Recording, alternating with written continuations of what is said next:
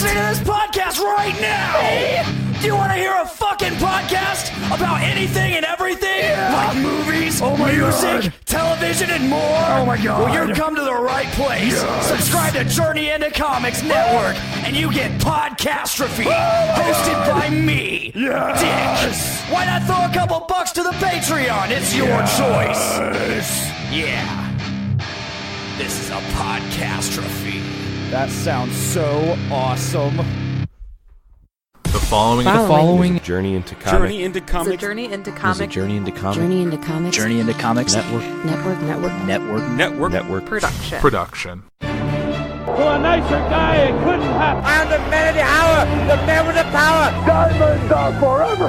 He put hard times on Dusty Rhodes and his family. And what you gonna do, Andre? History beckons the Macho Man. Yeah. The best there is, the best there was. Austin 316 says I just whipped your ass. 2 words for ya. 2. Whee! And yes, a man. The champ is here. Do I have everybody's attention now? What's up, ladies and gentlemen? Welcome to another episode of Journey into Wrestling, Season 3, Episode 10. I'm your host, Nate, and today, joining me, back for the first time since Season 3, Episode 1 of Journey into Wrestling, from the same exact stage. This is a little bit of deja vu. Yes. Welcome back, John Tyler Christopher. Thank you very much. It's the exact same minus the BB-8 drinks, copyright LaffyCon 2018. I think those were popping. We were popping off with those drinks. You gave me one before the show. I drank it, and then like during the show, you brought us and Matt Wade another round, and I was like, "Whoa!" Yeah, I believe the term is chewed. I got chewed. Oh yeah, a little bit. You're a little bit tore up. Yes, you're having a good old time. I got swerved. Okay, so what's been popping off in your world? Man, making comic books. Okay, like what? If you can talk about it. Still working on Star Wars. I just started my run on Old Man Quill, which is the new Guardians of the Galaxy book that takes place in the Old Man Logan universe, which is really exciting. That's awesome. White-haired Peter Quill, pretty cool. Okay. Tubby Drax. Oh, I'm sold. Gray-haired Rocket Raccoon. Oh, yeah, you got me. It's dope. Is Groot there? You like Rocket? Yeah. Is Groot there? Spoilers. No comment. Okay, on fair that point. one. Fair point. Nice. Oh, that's cool. So her sister likes Groot. That's awesome. So I was going to ask you, with the Star Wars stuff, you just released, in my opinion, one of the coolest of your series, the Jabba. Oh, thanks, man. Man, that is a wicked book. Thank you very much. That was one I've been really looking forward to do for a long time because we'd never done a wraparound, and I was really kind of concerned if Lucasfilm was going to be cool with breaking the mold of the traditional Kenner line by doing the wraparound. And man, they loved it, and it's one of those things we're looking forward to maybe doing some other characters like that. So that's cool. Only time will tell. You had weird issues with that book, though, right? Didn't you have some like drama that happened with the printing? Dude, so much drama. Okay. So on the original run, over half the books had staples running through the front of it. They ran the staples through the front of it? Through the front of the book, yeah. So we had like over half the books were just destroyed. Oh, no. So we had to get new ones printed up of that. There was some... It's weird, man, because like every once in a while when it rains, it pours. And this is the second time we've had a book that was just like Murphy's Law, man. Whatever could go wrong went wrong. But it's done. Everyone got their book. I think they came out well in the end, and all's well in the cosmos. Hell yeah! You want to grab the mic with the green cable? Yes, sir. Sure. Joining us, another member of the Lost Podcast Brigade. Yo. Welcome back, Cameron Kotterman. How's it going? Man, it's so great to be back up here with you. Dude, long journey to get here. Back in July, we sat down with you guys, talked about a bunch of stuff. You got lucky. Your episode did not get deleted. My laptop was kind to you for some reason. Well, I'm really kind to laptops, so It's 2:30 in the morning, and I'm doing some quick editing. I go to empty my recycle bin, and when I do, it takes my entire folder of LaffyCon with it and just removes it from my computer. Wow. Your was the only one that stayed. I was like, oh. That's fate right there. You got jobbed. Oh, yes, I did. I was not very thrilled. Threw the thing down to the Rancor pit. It was bad. Wow. It was. I've never had a mental breakdown at 3 in the morning, but I did. Yeah, I can imagine. It was hard. It was hardcore. But we're here today, and we can do whatever we want, talk about whatever we want. It's interesting to have the apprentice and the master on at the same time. By the way, Yeah. John, when, after my college years, we talked about this on my last podcast before it was the Lost Tapes. The Lost Tapes, damn it. It was really a chance that John and I, connected. His wife, I think they had some sort of meeting in my father's office, and he had artwork hanging up in his office, and she was like, hey, that's really good stuff. Do you draw this? And Dad was like, no, my son does. And then, couple weeks down the road, we ended up meeting for coffee, and the first thing John said to me was, look, this is a business. We're not here to draw our feelings. This is a business. We're going to get down to work. And I was like, this is really cool. I can hop on this mentality, Yeah, that's what I like about John. He's very to the point. He doesn't play around. Yeah. Okay, anything? Thanks. Nothing? No, he's like, oh, shit. Okay, so I do say that, like, it's cool to catch up with you guys. You said you had like 10 covers that you're working on. That's insane. Are you still working on Hasbro stuff as well? Yeah. Whenever I do pretty much all the Spider-Man stuff. The last line I did was I did some new I've done some Spider-Man stuff. The last stuff I saw in stores was the Venom line that I did. I did the Marvel Legends Venom toys. Sweet. Did you do anything for Into the Spider-Verse? Can you say? Are you allowed to say? No, I didn't. I didn't do any Legends stuff involving that. So. Okay.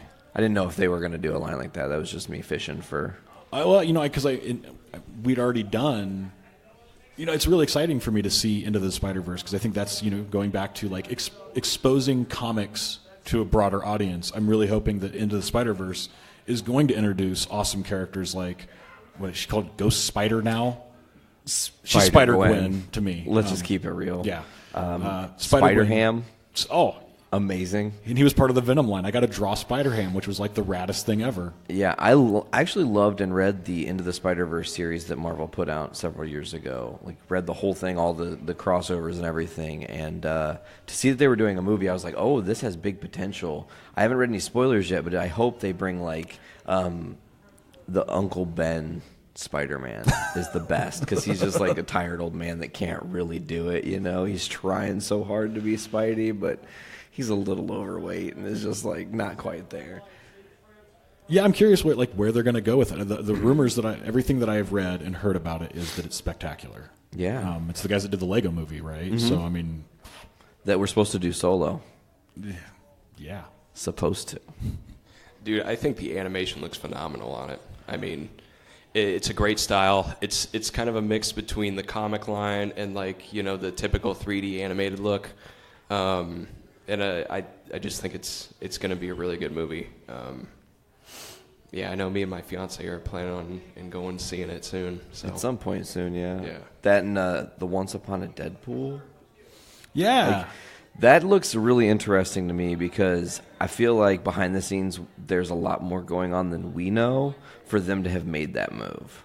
It's called money. Yeah, well, that too. I mean, and it grossed almost like $1 million in its first day.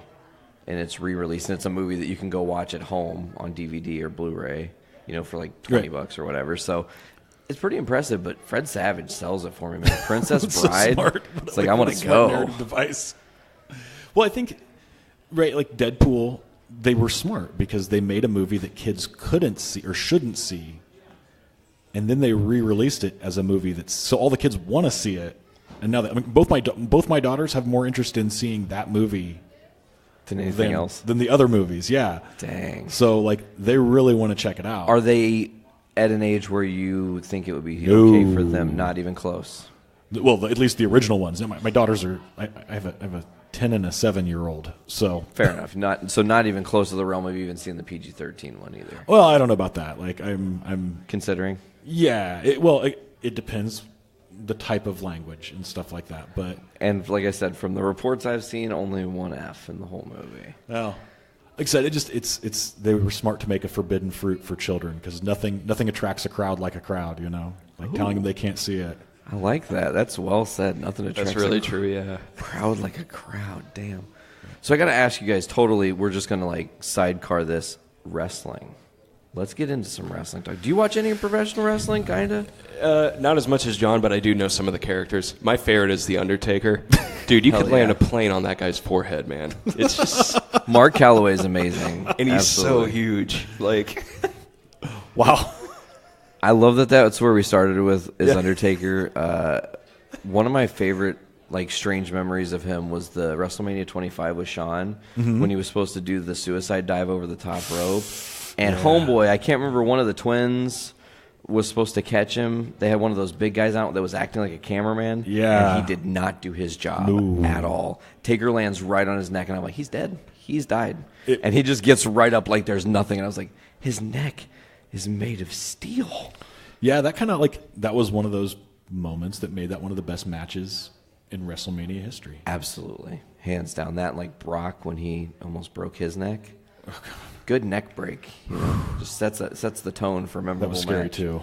Absolutely. those guys really do go at it with each other, too. Like, they really throw each other around the ring. You know what I mean? Oh, yeah. It's not like a total act. Like, they actually put their bodies through a lot. It ain't ballet, son. Yeah. Buddy, pal, or whatever. Man, I was watching, and I can't believe I'm about to say this, but I watched Bound for Glory this year. Oh, okay, how was it?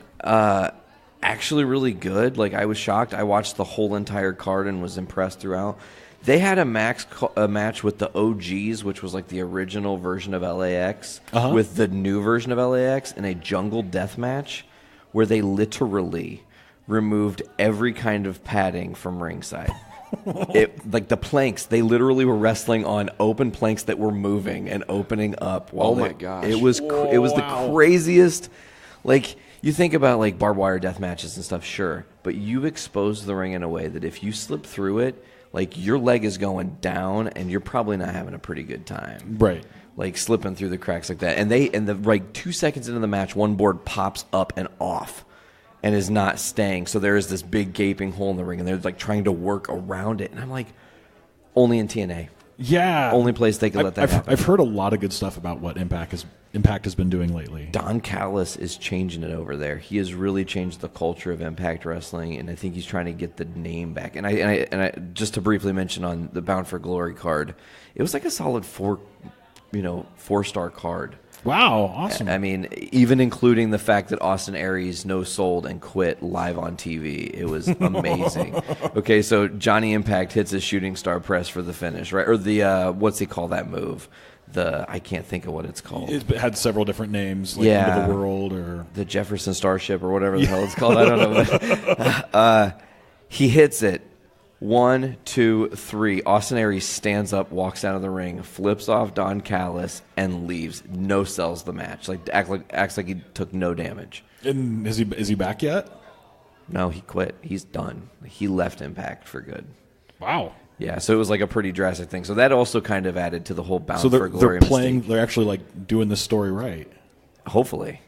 Awesome. If they keep him off TV for a while and they can find a smart way to pull him back in. It's not like when Punk beat Cena and then and got fired, and a week later he was back. That was dumb. That was about the dumbest thing ever. Very, very bad planning on their behalf. And then Punk was back in 2 weeks. God, the best thing they did with Punk was Money in the Bank in Chicago. Yeah, but remember he was supposed to be gone, and then 2 weeks later they bring him back? Yes. Oh, yeah. That was right after Money in the Bank, right? Yeah, so Cena got fired. The stipulation was Punk's leaving. Cena gets fired if he loses. They had that amazing, like maybe one of the best matches in WWE in recent memory, in that Money in the Bank. Definitely in Cena's career. Oh, Cena and Punk were magic together. Surprisingly, but like oil and water typically don't go together, but for some reason those two, their styles absolutely meshed beautifully. And yeah, so like they had that, and then Cena got fired, but he was back the next week, and Punk was supposed to be gone and quit the company, and he was back in 2 weeks. So way to... You got to draw down a little bit longer. Punk was doing such a brilliant job. Like I remember on I think it was Twitter, he was like posting pictures with the championship in his refrigerator. was going to like Comic-Con and all the other stuff. Holding the title, saying he's the real champ. Yeah. Not just kayfabe at its finest. Man. Yeah. Back when it was good. I miss him, but I'm not one of those people that would ever chant CM Punk at a match. He's gone. He's enjoying life, man. God bless. Let him go. He's going to show up sooner than we think. You think so? And I want to get your guys' opinion on this. I don't know how much you follow the being the elite now, and if you've stayed on since the All In, but they've teased they're going to have their own wrestling promotion. I've heard this. What are your thoughts? Awesome. Yeah. Do it, man. More is better. I'll be honest with you. WWF is nigh unwatchable right now. It is, and from what I've been seeing, I follow podcasts. I love keeping up with what's going on, but it has just gotten so bad. And I'm welcome anybody that can pull them out of their funk, because New Japan is so good. Oh, yeah. And NXT is so good. Absolutely. Like, NXT might be the best it's ever been, and that's saying a lot, because when Sami Zayn and Owens were down there, and it's not any longer a developmental. I don't think NXT should be looked at as you're in developmental. If you're in the Performance Center, you're in developmental. Right. When you're in NXT, you are in a brand that if you market yourself right and do it right, nothing can stop you. I don't want people to get called up. Like, I'm happy for their paychecks, but Lars Sullivan got called up, and I was like, his career's over. Oh, what are they going to do with Velveteen Dream? He is so, like, he's got to be Intercontinental champ. I have to see him with that belt. They just don't let them do what they do. But like Asuka, I get it. She had to lose at some point, but my goodness, have they just butchered her? Bayley, have they butchered her? Sasha Banks, have they butchered her? They tried to kill Becky. She saved herself. She's money in and of herself. Nia Jax really saved her. Let's talk about the infamous punch that, I don't know if you saw this in wrestling. No. So in the women's division, they've definitely been doing the best to trend up and make like women's wrestling amazing to watch, and I'm a fan of it, absolutely. There was an invasion angle with SmackDown. Becky Lynch got legit potatoed, punched right in the nose, and shattered her nose. So she's on TV with her nose just gushing, and she's just kicking ass, taking names, no holds barred. And it was so Attitude Era Austin, like Stone Cold Steve Austin. Like, it was unbelievable. It made her. She's a made star now. So WrestleMania 35, they want Becky and Ronda to headline. And Becky should win. Yes, across the board to that. And she should unify the titles, too. I don't know about. It depends if they're going to keep the brand thing going. As far as I'm concerned, like, and that might change too with the Fox deal. Yeah, I'm curious about that Fox deal. Just with how bad. I heard the ratings are like at an all-time low right now. Oh, for wrestling, for Raw. For Raw. Oh yeah. Well, okay. They had like a spike in ratings because the Roman Reigns thing. He announces he has leukemia. I heard about that. He has to step away. That's like, oh shit, real news. But then they kind of decided to do the real wrestling thing and capitalize on his sadness, and then did the heel turn on the Shield the same night. So you get this, like, again, it kind of feels Attitude Era, but then they don't follow up on anything. Well, isn't Brock's the champion again? Yep, no title. Haven't seen it.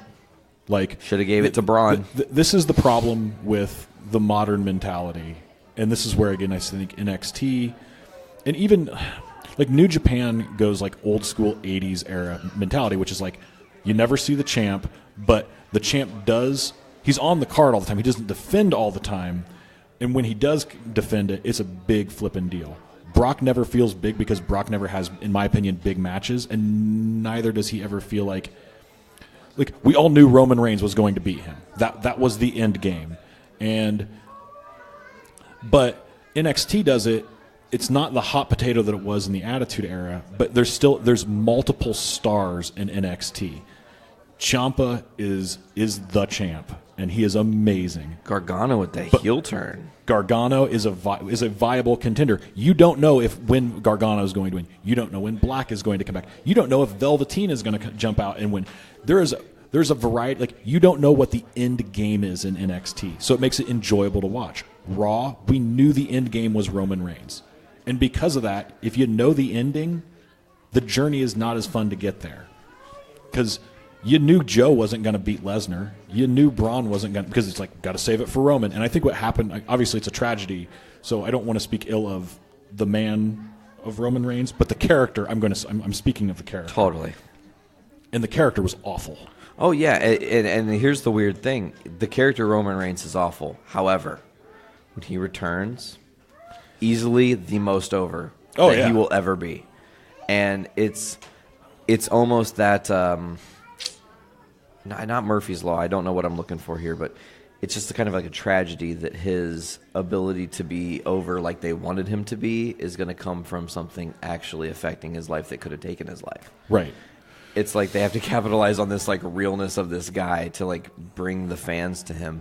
But if they would have handled him differently, I think that he would be over a long time ago. If he would have been a heel, if they would have turned him heel, or again, just the best eras of wrestling are summarized by the multitude of stars, the diversity of stars, right?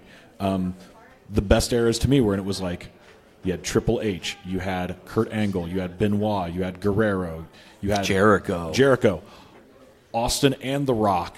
Like all of these different people were coming to the Big Show even, like you didn't know who was going to win and who they didn't build it around one person, they built it around the roster. And now they have a better roster than they've ever had, and they laser focus. One guy. It's one. You have to be and I think that also get Roman over. And I think that whole ideology, unfortunately, came from Daniel Bryan. When they got him over with the "you're just a B team guy," they created there has to be a man as the benchmark for WWE. Well, that was a Cena thing. Well, also true. I mean, I do totally agree with that. But I think that it was really highlighted that because they started using the authority angle and it became like now Randy Orton is the face of the WWE. And then it was, God, who won after Orton? Was it Cena, I think, actually? Probably again. One time again, something like that. They passed that thing around so much. Do you think that the Universal title is dead? I've never cared about that thing. I almost did. Like, there's been a couple times where, like, if Samoa Joe would have won when he would Lesnar match, it could have been awesome. I would have been all about it. Same thing with Braun Strowman winning. If he would have won it, the hell was that thing they just did recently? The Crown Jewel match, in Saudi Arabia. That was the first one, right?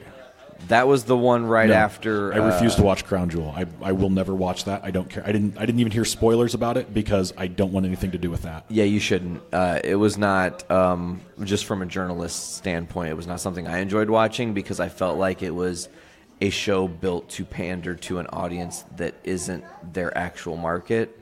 And it looked like this is what it looked like. Here comes the money. That's all they cared about, and it baffles me genuinely that a U.S. entity went there after the situation that they did and put on an event like everything's cool, we're all friends. There's things that are bigger than entertainment. Exactly. That was one of them. So I'm not going to get too political on it, but I appreciate that. I didn't watch it. I won't watch it. I don't care. I will never watch anything that goes on over there. Good. So, cowabunga. I love that you just went to cowabunga. That's great. But no, I just look. I sometimes I don't understand the concepts behind wrestling. In that, the whole thing with Bryan was like he wasn't big enough, and now he's the champion, and man, is he doing an amazing job as the champion. And like I get that in real life, Brock Lesnar is the man. Like he's legit, but this is entertainment, and in comic books and in movies. The whole story is overcoming the big bad guy. And that's why I don't like that there's a stranglehold with Lesnar on Raw, or the stranglehold that, again, even though Reigns wasn't the champion, he had a stranglehold on the company. Everything revolved around him. He was the center. And that's not how things should be. There should be a multitude of people, and that's what makes compelling stories. Absolutely. Do you think that if, say, the Elite do create their own company, and it's been talked about that if that were the case, they would be free to work other certain territories. I feel like WWE is starting to kind of get on that train of working with people again, almost old school territory basis, especially from Triple H's perspective, doing like the NXT UK and trying to like branch out to those markets. Is there ever a point where a group like the Elite can be almost omnipotent in wrestling and work every territory, including the big leagues, WWE? Like, what would it do for the, just scenario placing here, the Elite's not going anywhere. They're not leaving. They're going to do their own thing. They have independent contracts. Kenny Omega shows up in the Rumble. You can't tell me it's the most made moment in Rumble history. Well, it was kind of like, they did that back in the 90s, didn't they? With like when Cornette was running the NWA. And then like even Heyman had stuff that he would do. With ECW, yeah. WCW or WWE, yeah. But absolutely. would the WWE want to do that? Because the question I have is, I've heard about the whole UK thing, but I've also heard now they're starting to put implementation that their big name talent can't work other promotions. That was a rumor, and a couple. I think that rumor spawns from the indie scene in the UK. People unhappy they're not getting a proper push, and WWE saying some of their stars are locked into contracts where certain places, certain companies that the WWE is affiliated with, these talents can't appear. But if they're not, they don't want them out on like ultra indie circuit working in gym shows, because what if they got hurt? I mean, you have to think about these people are now trying to build their careers, right. And they're like you said, Triple H is investing in these athletes. It's not just a product at that point. So it makes sense, but I don't think it's going to kill independent wrestling. It didn't kill independent wrestling in North America. Why would it do that in the UK? Right. Oh no, I'm all for it, man. Same. I mean, more wrestling the better. Yeah, my whole thing is I would be terrified of Cody Rhodes or Kenny Omega or the Young Bucks going to WWE. If they were in an exclusive contract, I totally agree with you. That's true. Because they would be washed out. If they're allowed to be creatively themselves, much like how before the Hardys stopped doing the Broken Universe, or the Woken Universe, rather, which might come back. They've kind of been... Did you see the Halloween special? No, I did not see the Halloween special.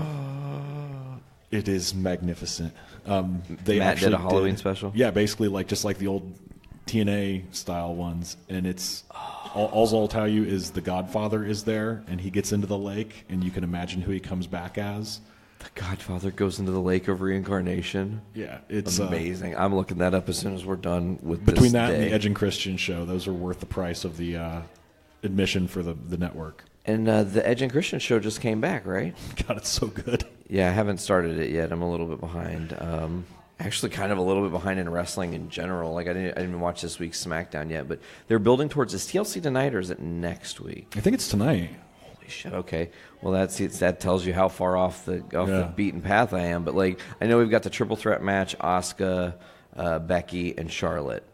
I kind of think Asuka wins that match. Really? I think it's a shocking pull. You need to if the end game is Ronda Becky, and you're not going to unify the titles, Becky has to lose her title somehow. I would argue, my thought was it was either going to be Charlotte or Asuka win. Becky enters the Rumble, wins, challenges Ronda. Like, that would make sense. And I also think that if Becky loses, she can't be involved in the decision. Like if it's they're climbing the ladder, going for the belt, it needs to come down to Asuka and Charlotte. Becky needs to be incapacitated, or maybe Ronda interferes, or not Ronda, Nia, somebody, anything to throw off the thing. That way she says, "I never actually lost my title. I'm still the man." Well, that's the nice thing about a ladder match is no one ever loses the title. It's just somebody else wins it. From a storytelling structure, like it's not like no one gets pinned. Let me hand you this bread without you taking the bread from my hands. Exactly. So that match. AJ and Daniel Bryan have a rematch. That'll be money. Huh? That'll be money. Oh, yeah. Daniel Bryan all the way, though. I think AJ wants to work a lighter schedule. He's trying to slow down a little bit. He is pushing 40. So, like 44, I think, now. Wow. He's up there. I mean, he came into WWE 3 years ago, 2 years ago, 3 years ago. It's been 3 years. Wow. And he's been champ almost 3/4 of the time he's been here. They've treated him right. He's one of the only people that I can argue that they legitimately. Now, if he was on Raw, I question how well he would be, because he would have been sucked into the Roman Reigns black hole. Ugh. But he's been awesome. I think that also when AJ takes a leave of absence from wrestling, Samoa Joe is the obvious to fill that spot. Sweet. Because Samoa Joe Daniel Bryan matches are money, as you said. I mean, some of the best matches in history were Bryan Danielson versus Samoa Joe, ROH stuff, man. I don't know very many other matches on the card for TLC, honestly. Like, I'm doing a terrible job hosting a podcast about wrestling. No, that's a testament to how bad WWE has done promoting the matches. You're 100% right. I'm going to actually look up the TLC card real quick. Get a quick rundown here before we get out of here. You like The Undertaker. Who else do you like? I'm just curious. Yeah, I like John Cena a lot. Yeah, dude. Sorry, we just totally would like. Dude, you guys were doing your thing. I was like, yeah, this is good. Screw you, Cameron. We're getting into this. John Cena was one of my favorites as well. You liked him way back in the old school Cena era? I just loved his energy. Like, he brought a certain type of energy that was magnetic. You know what I mean? Absolutely. Undertaker had presence. John Cena had energy. And that's what drew me to him, you know. So, who was your favorite, John? Like, I'm not going to comment on your John Cena love because this is a family show.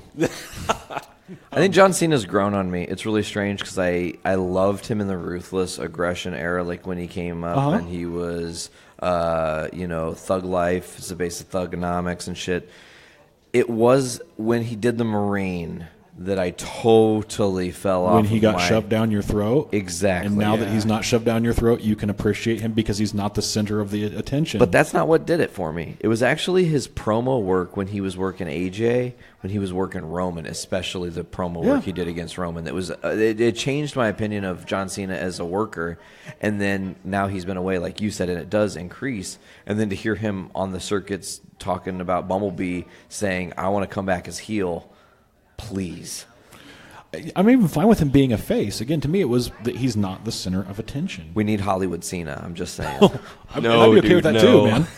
Yeah, dude, we totally do. Even with the handlebar mustache and everything. The best was because the joke with Hogan was that he was Hulk Hogan and he was claiming to be like the biggest Hollywood actor, starring in like Thunder in Paradise 2. God. Santa with muscles. Yeah. Man. Yes. Okay, so I'm going to run the card real quick for TLC. I've got it pulled up here. Apparently, the Mixed Match Challenge Finals is happening tonight at TLC. Oh, they're doing that again. Cool. R-Truth and Carmella are in the finals. Weird teaming. Versus Jinder and Alicia.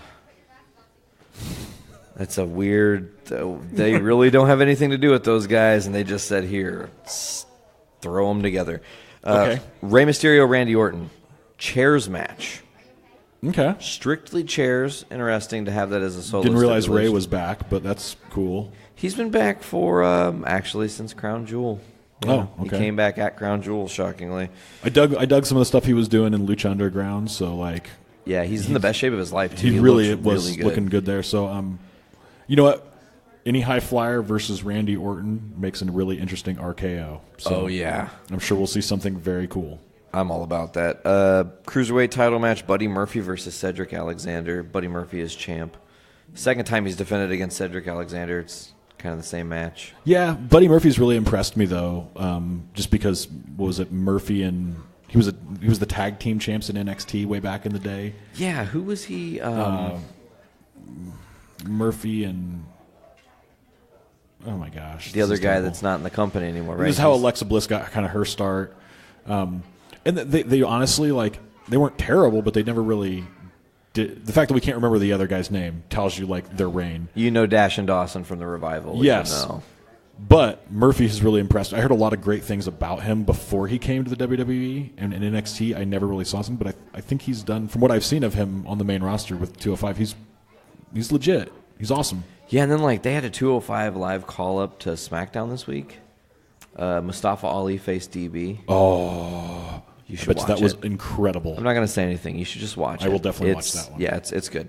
Elias versus Bobby Lashley. Elias is one of my modern favorites in wrestling. Okay. Kind of reminds me a little bit of Honky Tonk Man, a little bit of The Rock. Loving that. Kind of two folds there. So ladder match, though, Elias and Bobby. I'm just pulling this one out of my booty, I will go with Bobby Lashley because he is really big.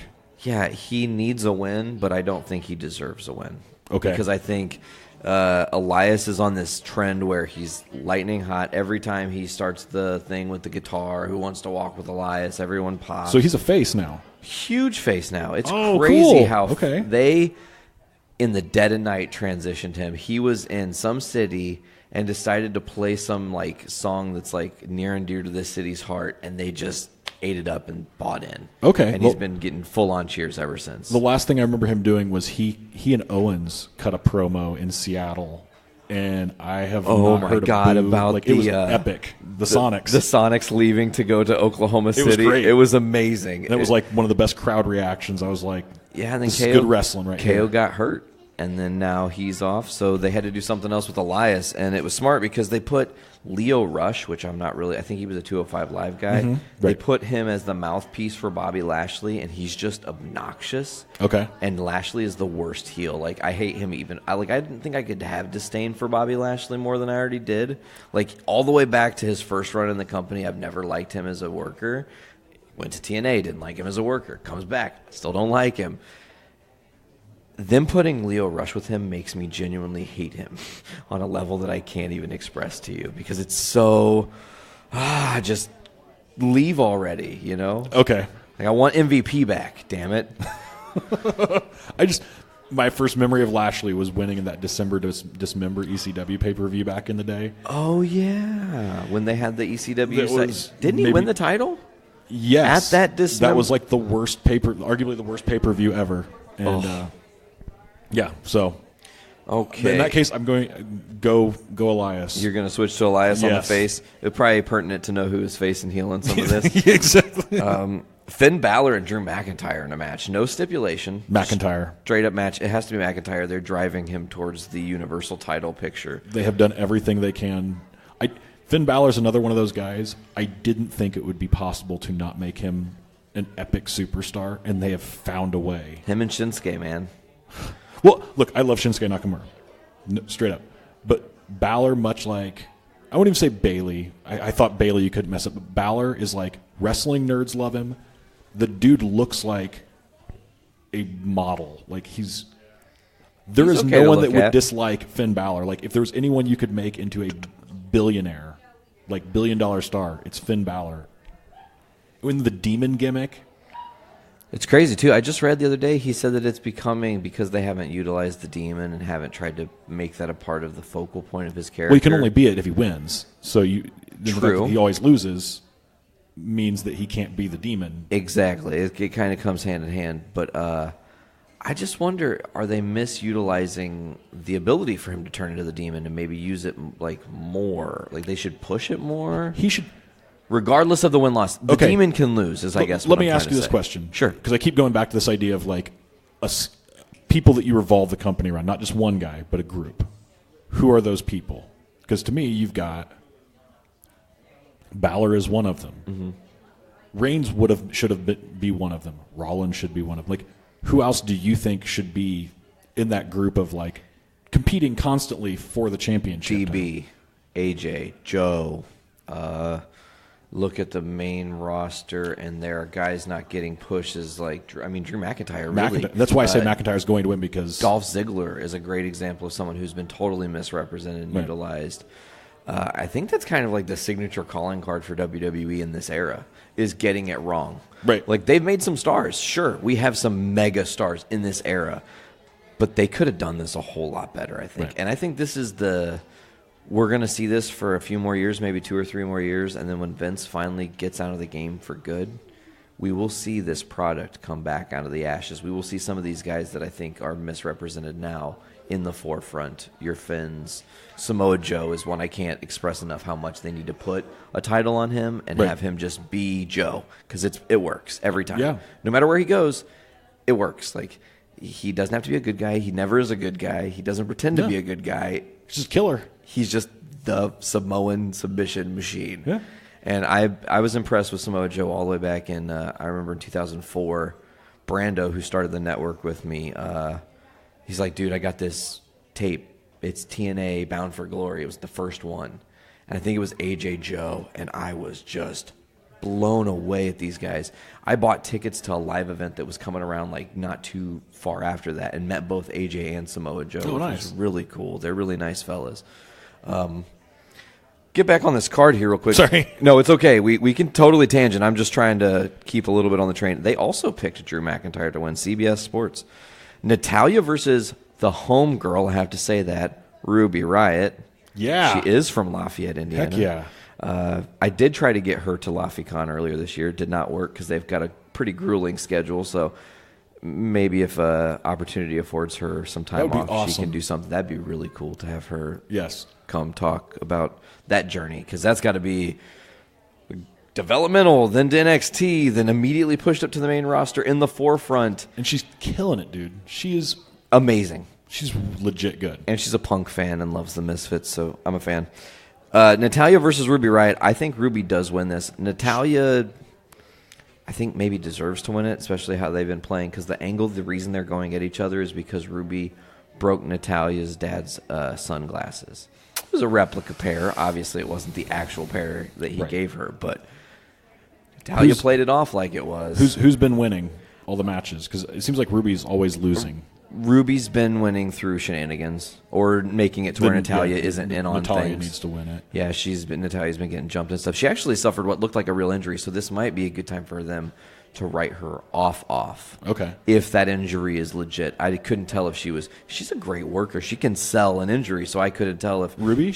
Natalya. Oh, Natalya's legit too. She took a weird bump through the ropes and landed like on her shoulder neck area, and I thought she maybe paralyzed herself. She went stiff kind of. Oh. And then she was good. Finished the match and everything's cool, but it's like if there was anything that actually happened from that they need to take a look at, now's the time to use the Riot Squad, beat the hell out of her, shenanigans, get her off TV, and healing. SmackDown Tag Team titles in a... That's a badass match. Okay, I'm actually really excited now.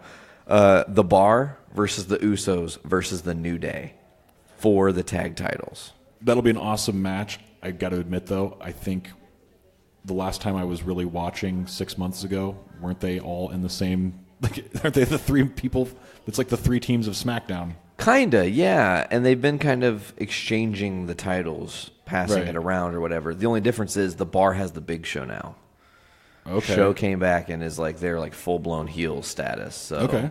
I like all three teams. So the Usos and the New Day have kind of got this mutual working respect now because they've been back and forth so often. So you've got two quasi-face teams and then one heel team. Braun Strowman versus Baron Corbin in a straight-up TLC match.